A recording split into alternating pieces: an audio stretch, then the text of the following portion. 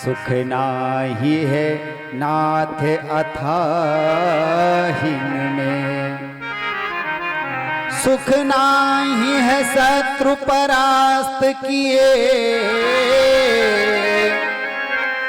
सुख नाही शरीर सजावन में।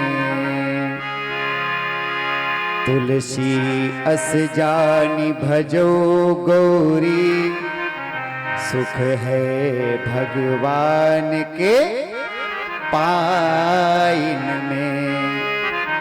अगर सुख है तो केवल भगवान के चरणों में है। इसके अलावा संसार में चाहे तुम रेव मोती नहीं जेड स्क्वायर चले जाओ और 1 लाख रुपए का ऐसे चेक फेंको कह दो दो भैया सुख आधा किलो, दम नहीं कि दे दे। वो केवल कहाँ मिलेगा? माँ भगवती के चरणों में जब आप बैठ जाओगे, सरेंडर हो जाओगे, समर्पित हो जाओगे, कह दोगे कि त्राहिमाम शरणागतम। ऐसे वैसा शरणागतम नहीं, प्रबल शरणागति चाहिए। अनन्यास चिंतयन्तो माम ये नरा पर्युपासते तेषां नित्याभियुक्तानां योगक्षेमं वहाम्यहम्। अनन्यास चिंतयन्तो माम, अनन्य भाव से चिंतन होना चाहिए। अनन्य ना अन्या सा अनन्या, फिर दूसरा सहारा होए ना तुम्हारा। सच्चे जब तक धन का सहारा है, पद का सहारा है, रिश्तेदारों का सहारा है, तब तक भगवान का सहारा आपको नहीं मिलेगा, ये ध्यान रखना। और जब बिल्कुल पूरी तरीके से अंतःकरण से चिल्ला दोगे, आवाज आ जाएगी, तब जा करके अनन्य, क्योंकि कह रहे हैं स्पष्ट, भगवान स्वयं अपने मुख से कह रहे हैं कि अनन्यास चिंतयन्तो माम ये नरा पर्युपासते। जो मेरी उपासना करता है किस भाव से? अनन्य, जिसका कोई संसार में अन्य नहीं है, हैं सब, लेकिन वो किसी को मानता ही नहीं अंतःकरण से, केवल ईश्वर को ही मानता है कि मेरे सुख, मेरे दुख, मेरी हानि, मेरे लाभ, मेरी जय, मेरी पराजय सब परमात्मा के ही अधीन है। तो भगवान फिर उसके अधीन हो जाते हैं। और जब तक व्यक्ति संसार का सहारा लेता है तब तक भगवान उसे सहारा। द्रौपदी ने एक चूक की थी, क्या? पति का सहारा किया, भीष्म पितामह का सहारा किया, और जब सब सहारे छूट गए तब चिल्लाए हैं कि अब आओ गोविंद भगवान, सब मामला गया है। लेकिन उसी के कुल में, खानदान में एक बहू हुई। आगे कथा आएगी, सुनाएंगे, आप लोग बस आते रहिए। यही आपसे एक निवेदन है कि आज जो आए हैं, जिनको मान लो बहुत आवश्यक कार्य हो तो भैया नहीं कहते रोजी से रोजा है, हम लोग तो काम है कथा का ही ना एक, और इसके अलावा कोई हमने धंधा नहीं किया है। भगवान अपने को समर्पित किया कि हम भगवान की कथा सुनाएंगे।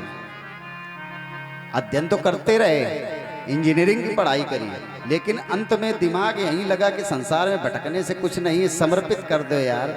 बार बार पता नहीं पंडित शरीर दे ही मिले कि न मिले, अब की बार मौका मिला, इसको कथा में लगा दो, भक्ति में लगा दो। तो हम तो उतर गए इस लाइन में, लेकिन आपसे भी निवेदन करेंगे कि आप लोग भी उतरिए, काम भी चालू रखिए। इसमें कुछ ऐसी चीज नहीं बताएंगे कि आपका सहज कार्य हम छुड़वा दें। गीता कभी ये नहीं कहती है कि तुम जीवन में ये कार्य छोड़ दो, पत्नी छोड़ दो, घर छोड़ दो, कभी नहीं। वो कहती पत्नी के पास रहो, घर के अंदर रहो, हृदय से दूर हो जाओ। बस दिखावा में बनियागिरी करो, वो ये कभी नहीं कहती कि तुम दुकान का काम ना करो। गीता का पाठ आपने पढ़ा होगा। ऐसा कार्य करो बनियागिरी का कि सामने वाला यार कहे यार असली बनिया है, देखो एक एक जितना ज्यादा जा रहा लटक सब निकाल लेता है यार, ये तो पूरा इसका ध्यान है इसी काम पे लगा है। पत्नी को लगे कि अगर हम कल नहीं होंगे तो हमारे पति देवता रह ही नहीं पाएंगे धरती पर, ये भी अपने प्राण त्याग देंगे। ऐसा प्रेम करो पत्नी से। पुत्र को भी ऐसा स्नेह करो कि उसको भी लगे कि पिताजी हमारे बगैर पिताजी का काम नहीं चलना है। बहू हो तो ऐसी बन के रहो कि सास को लगे कि यार वाकई में हमारी बहुरिया घर में नहीं होगी तो हमारा घर बिगड़ बर्बाद हो जाएगा। और अंदर से कैसे रहो, बस गीता का तत्व ज्ञान दे रहे, बिल्कुल अंदर से ऐसे रहो। ये चुप गुप्त वाली बात है कि जहां कल मरती हो तो आज यही प्यारा अब ही चली जाएं। चाहे लड़का हो चाहे पत्नी हो, ऐसे दूरी बनाना है। और दिखावा में बिल्कुल पूरी तरीके से सबसे घुल मिल करके रहो। गीता आपको हृदय से अलग करने के लिए कहती है, संबंधों को अलग करने के लिए नहीं कहती है। उत्तरा देवी ने एक पल की विलंब देरी नहीं की और पाही पाही महायोगिन महायोगिन, हे अच्युत, हे कृष्ण, मेरी तरफ ये दहकता हुआ अंगार का गोला चला आ रहा है, मेरे गर्भ को समाप्त करने जा रहा है, इसलिए हे गोविंद मेरी रक्षा करो।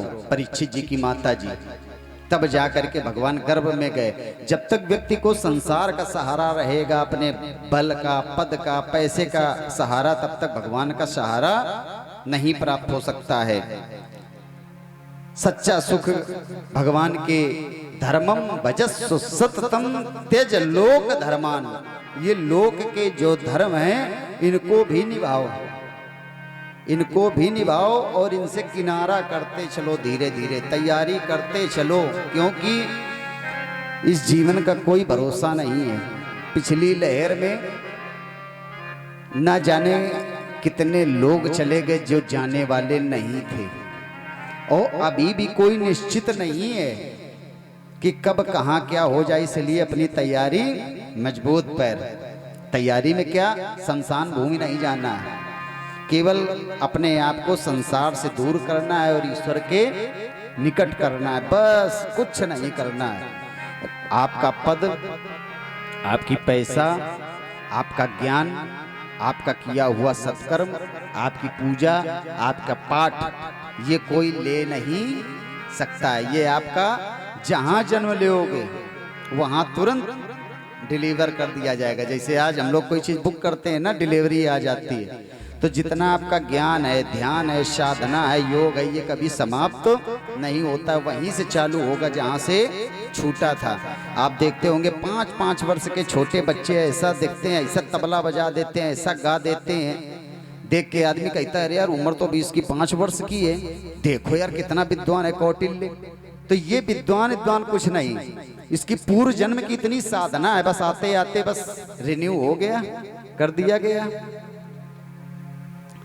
60 वर्ष की अवस्था में आज आत्मदेव जी को बात समझ में आ गई, जपने लगे क्या, गोविंद बोलो हरि गोपाल बोलो, गोविंद बोलो हरि गोपाल बोलो।